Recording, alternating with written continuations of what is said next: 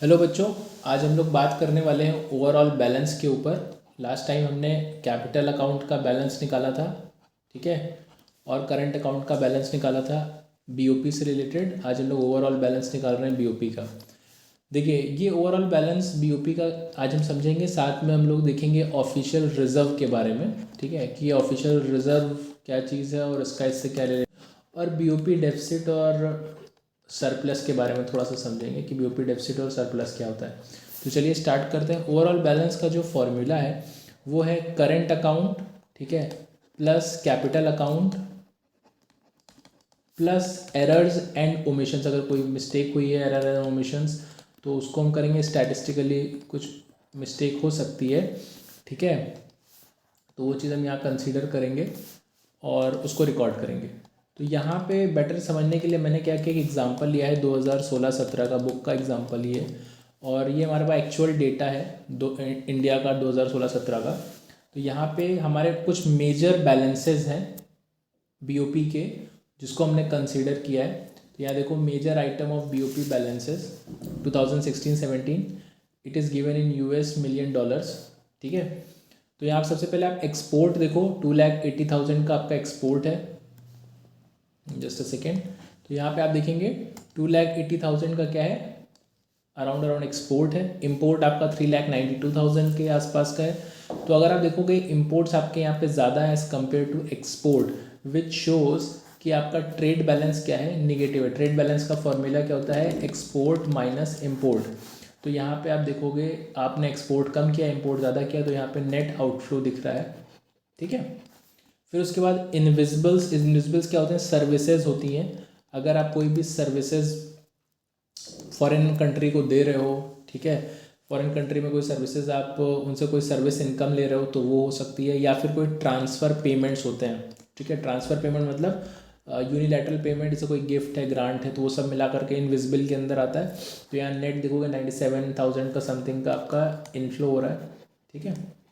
फिर current account निकाला गया। करंट अकाउंट का बैलेंस कैसे आता है, ट्रेड बैलेंस, इसको प्लस आप इनविजिबल्स ले लेंगे तो आपको क्या मिल जाएगा, करंट अकाउंट का बैलेंस मिल जाएगा, राइट। इन तीनों को करने से आपको करंट अकाउंट बैलेंस आ जाएगा, which is showing in outflow. यहाँ पे अगेन आउटफ्लो हुआ है, ठीक है। देखिए, जो साइन माइनस में है वो आउटफ्लो के होंगे, और जो इनफ्लो होगा वो पॉजिटिव साइन के साथ दिया हुआ है, ठीक है। आगे बढ़ते हैं। यहाँ पे ऑब्वियसली इम्पोर्ट्स भी आपका आप कर रहे हो तो भी एक तरीके से आउटफ्लो ही है। आते हैं कैपिटल अकाउंट पे। अब आपका कैपिटल अकाउंट का बैलेंस दे रखा है, ठीक है। इन्होंने कैपिटल अकाउंट को सेपरेटली कैलकुलेट किया है। मेजर आइटम से सारे आइटम यहाँ पे नहीं दिए हुए। कैपिटल अकाउंट इनफ्लो दिख रहा है, अगेन यहाँ पे आप देखोगे पॉजिटिव इनफ्लो है, पैसा आ रहा है, और यहाँ पे आउटफ्लो है, और ये साथ में एरर्स एंड ओमिशन दिए 364 के, ठीक है। तो ये नेट मिला करके एरर ओमिशन यहाँ पे आपको ओवरऑल बैलेंस निकल गया, which is 21,550। Now this is again an inflow.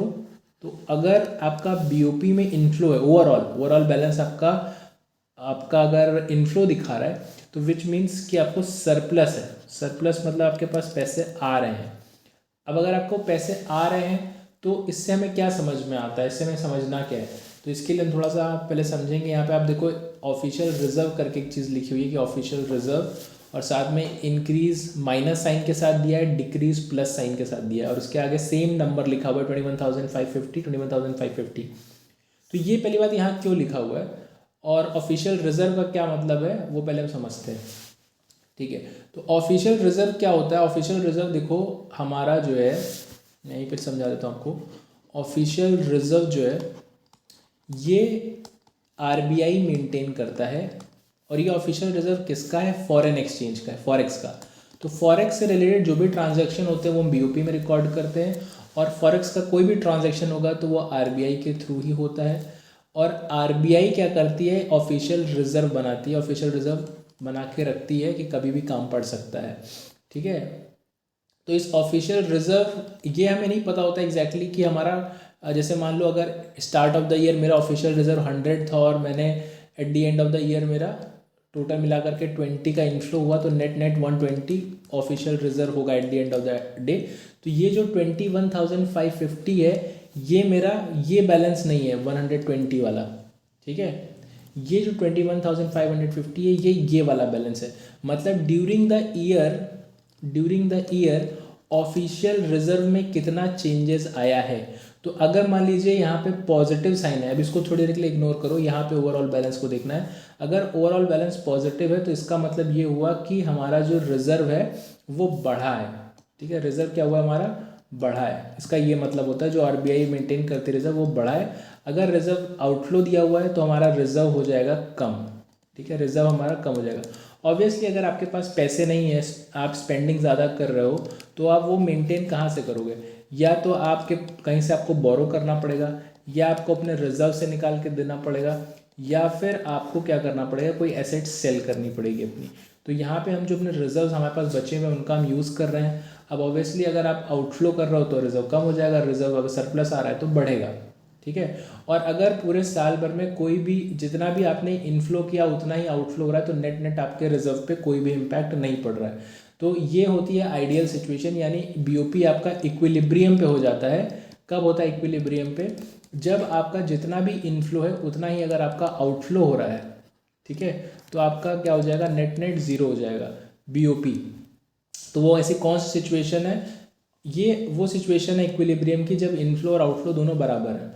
अगर किसी भी टाइम पे इनफ्लो ज़्यादा हो रहा है तो सरप्लस में चले जाओगे, आउटफ्लो ज़्यादा हो रहा है तो डेफिसिट में चले जाओगे। ये चीज़ आपको याद रखना है कि डेफिसिट और सरप्लस आपका बीओपी का कैसे आ जाएगा और इक्विलिब्रियम क्या होता है। ठीक है, अब यहाँ पे जस्ट लास्ट एक बात कर लेते हैं कि ऑफिशियल रिजर्व यहाँ पे क्यों दिया हुआ है। देखिए कभी कभी क्या होता है कि बीओपी के अकाउंट में हम लोग क्या करते हैं, ऑफिशियल रिजर्व का भी एक आइटम दिखाते हैं। ठीक है, यहाँ पे बाकी तो आइटम दिख ही रहे हैं आपको जो भी है ओवरऑल बैलेंस तक, लेकिन हम क्या करेंगे, एक एडजस्टमेंट एंट्री करेंगे बीओपी के अकाउंट में, और यहाँ पे हम उसको एडजस्ट करते हैं ऑफिशियल रिजर्व अकाउंट के साथ। तो ये जो सेम बैलेंस है 21,550 का, ये हम मूव कर देंगे कहाँ पे, ऑफिशियल रिजर्व में, और उसकी एंट्री हम यहाँ पे बीओपी के अंदर, बीओपी अकाउंट के अंदर दिखाते हैं।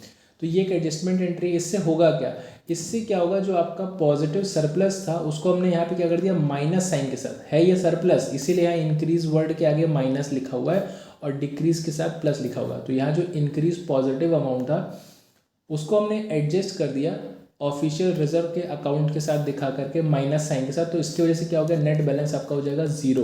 तो अगर कभी भी आप बीओपी को, सॉरी ऑफिशियल रिजर्व को बीओपी का पार्ट दिखाएंगे, ठीक है, तो हमेशा आपका जो बैलेंस होगा वो इक्वल टू ज़ीरो रहेगा। याद रखिएगा ये चीज़, अगर आप ऑफिशियल रिजर्व को बीओपी का पार्ट दिखाएंगे तो आपका जो नेट बैलेंस रहेगा वो क्या हो जाएगा, ज़ीरो हो जाएगा। ठीक है, अगर आप इसको इसका पार्ट नहीं दिखाते, मान लीजिए आपने इसको नहीं दिखाया बीओपी का पार्ट, तो हमेशा आपको सरप्लस या डेफिसिट देखने को मिलेगा। अगर आप इसको एडजस्ट कर देंगे तो आपका बीओपी क्या हो जाएगा, जीरो हो जाएगा। So that's it for today.